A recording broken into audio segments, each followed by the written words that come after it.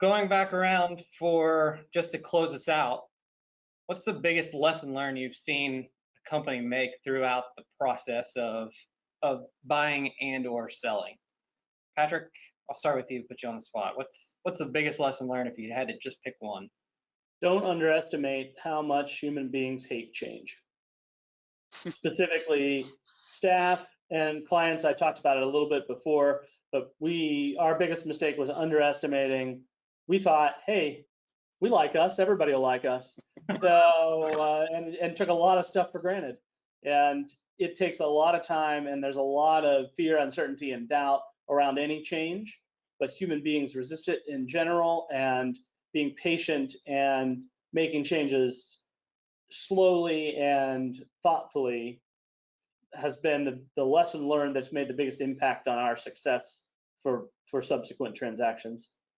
Yeah, to add on to that as well, I mean, maybe touch on the story of the one that told their staff prior to the transaction and about how much people hate change. I mean, oh yeah, I mean that leads into a little bit of a lesson that if I could tell any seller, really best thing you could do is not tell anybody about the transaction until it's closed, because it just introduces this. Even if you meet the buyer and the staff meets the buyer, as long as there's that uncertainty and they don't know what's going to happen and is my job safe or is it not, we've just seen it's a surefire way to get your foot off the gas in terms of running the business and helping the clients. And like I said, when the staff start to question it, the clients start to question it, and it just snowballs from there. Yeah.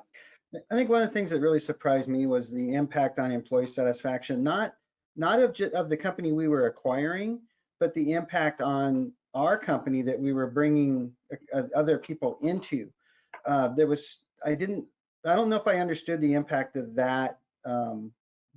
We had this simple little thing where I had a little slip of paper. When the engineers would walk into a tech meeting, they'd circle a number 1 through 10 to represent their employee satisfaction. And it was completely anonymous, just circle a number, drop it in the box. We tabulated it and knew our averages. And then we did this acquisition, and we went from an 8 or a 9 average down to like a 5 average. And it took 4, 5, 6 months before that was back up to like a 7, right? And just the importance of keeping the client relationships the same with the people, and not messing with the company you're acquiring, not messing with the people's benefits package or the things that they're used to. If you mess with any of those in any negative way, it's just a mess. very good. Rick, anything to add? All of the above. Just the IT people are the most risk-averse people on the planet, near as I can tell. Everybody, the client IT people, the company IT people, generally are risk-averse people, and that goes to what you both just said, and why, and expecting, and I guess also, the biggest thing is that it can have it mostly has a happy ending. It almost always has a happy ending. Everybody always talks about the problems and what could go wrong. But in our experience, it can work really well.